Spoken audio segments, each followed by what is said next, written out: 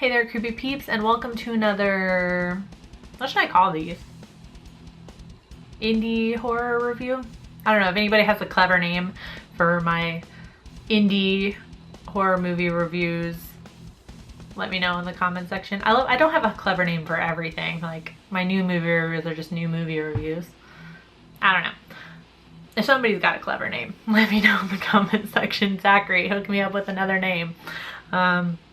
Right, anyways, so the 13th Friday is directed by Justin Price, and well, I'll get into this, but I can't really summarize this movie, so I'm gonna go ahead and just read what it says on IMDb. So on IMDb, the summary reads, "Thrill-seeking friends return to the place of the most terrifying killer." Is that what happened?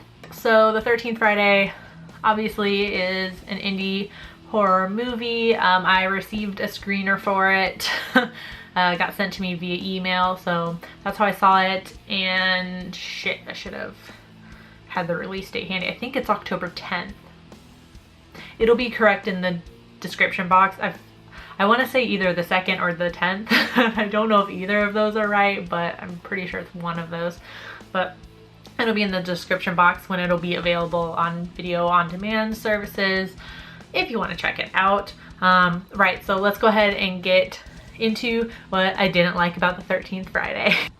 While the overall story had promise, this movie was way too complicated, and the summary I just read from IMDb, honestly, I don't think is accurate at all.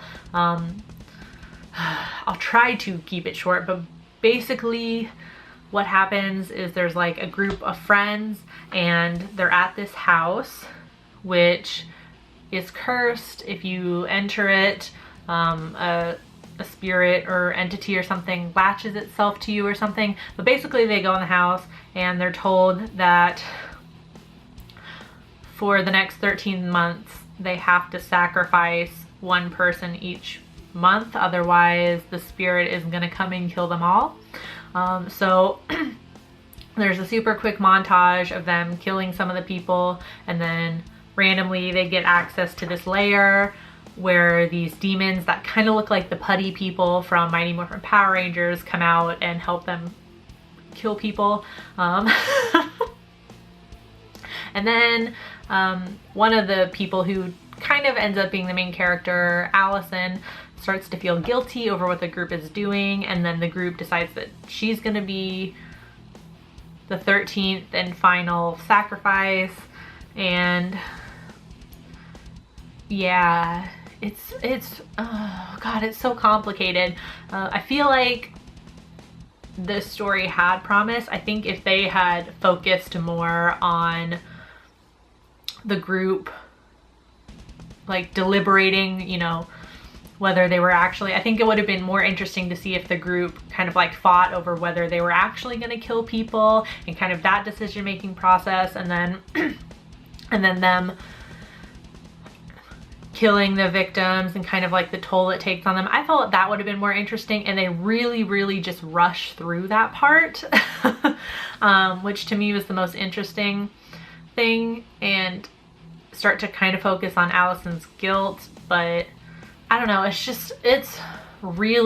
a lot. There's a lot to this story, and it's really complicated. And yeah, in case you haven't noticed, I skipped over likes because I didn't like anything about this movie, so just be prepared. Vicky's gonna rip this one a new asshole. Sorry if I'm mean, but I can't help it. The writing in this was god awful. Some of the actors' performances were not bad. Lisa May, who plays Allison, I think is probably the best one of the group. And even with her, you could tell it was just the writing on some of the lines. It was just, it almost felt like the actors didn't fully know their lines. And I think that's because the language used is just really unnatural. Like, it's just not the way people talk. Like, there's a lot of like, I don't want to, like, I definitely sound mean saying this, but there's like a lot of big words. Like, they say all the time that like people constantly use the phrase like a spirit latches itself to you. Nobody talks like that. You know, if you were telling somebody like a scary story about this house where if you go in, a spirit latches itself to you, you'd say, I heard if you go into this house, you're gonna get possessed by a demon or something like that. You'd say it like that. Like you wouldn't say a spirit latches itself to you. No, but like you just don't talk like that. So I think, at least what I felt, there's no way for me to know, but at least what I felt like was the actors didn't really know some of their lines or the more complicated lines. So it comes out kind of like jerky and awkward and unnatural. So I don't think that was necessarily the fault of the actors, while obviously some of the performances were worse than others. Then on top of that, there were just a lot of inconsistencies, especially with like time and place. That was really weird. The film kind of seems to jump around a lot, and there's just not a lot of like consistency, I guess. So for example, there's a scene where these, like it's towards the beginning, like you open at kind of like a party, I guess, with the main group of people in front of the supposedly cursed house. Excuse the dogs. I'll just talk over them like I normally do. So they're doing their thing, drinking or whatever, and then it cuts to like these two girls who are making out on a picnic blanket in the woods, and one of them leaves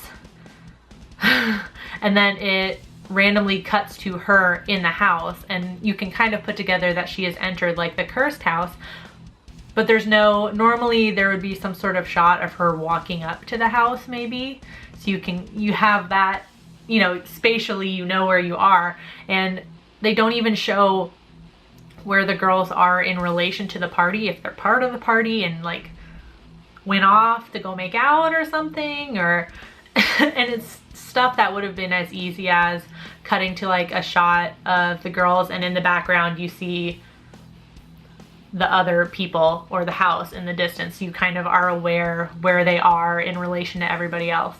There was stuff like that, and the opening, like the cold open of the movie before the title credits, which is the which is the kind of like back in time original story, which is, you find out later, happened in the early 1900s.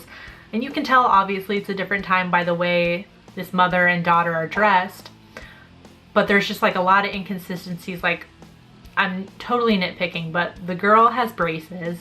The language they used does not seem authentic. Like, it doesn't seem like the writer even tried to look up how they would talk. And they close in on the mother's face, and her makeup is definitely not from the early 1900s. Just really inconsistent, and it's like maybe some other people would overlook this, but for me it takes me out because I'm confused then, because I'm looking at the way they're dressed and the setting, and then like the way they're talking and their makeup and stuff does not match, so then I get confused like where I am in time. So should you watch the 13th Friday when it comes out? Ultimately you guys are gonna do what you want to do, but I'm gonna go ahead and say no, don't watch this. It seems like it goes on forever, and that's because it rushes through a lot of the most interesting material and you're left with a lot of boring shit happening. Yeah, I'm gonna go ahead and say no, and I'm gonna give this a rating of 0.5 putty people out of 5. Yeah, I didn't like it. And I know this rating, I think the description I put is legitimately mad that I paid for it. I didn't pay for it, but I'm mad that I wasted my time watching this. Yeah, so sorry for ranting. I had to rip that one a new asshole. I am on IMDb, it has a rating of 7 out of 10, but I'm not sure about that because every time I've gone back to look, it says it's 7 out of 10 and 17 people have rated it. So out of 17 people rating it, the average is 7 out of 10. But every time I go to click on it, I can't see a single review. So I don't know if people are just putting in stars and not rating it, but I can't even see the users who rated it. So I don't know how accurate that is. So like I said, it'll be correct in the description box when the 13th Friday is gonna hit video on demand. So if you do end up going to watch it, come back and let me know what you thought after you've seen it. Yeah, I do hope you enjoyed this video. If you did, please give it a thumbs up. If you're new here, subscribe and become a creepy peep today. I post videos Monday through Friday. Thank you so much for watching, and until next time, stay strange. Bye.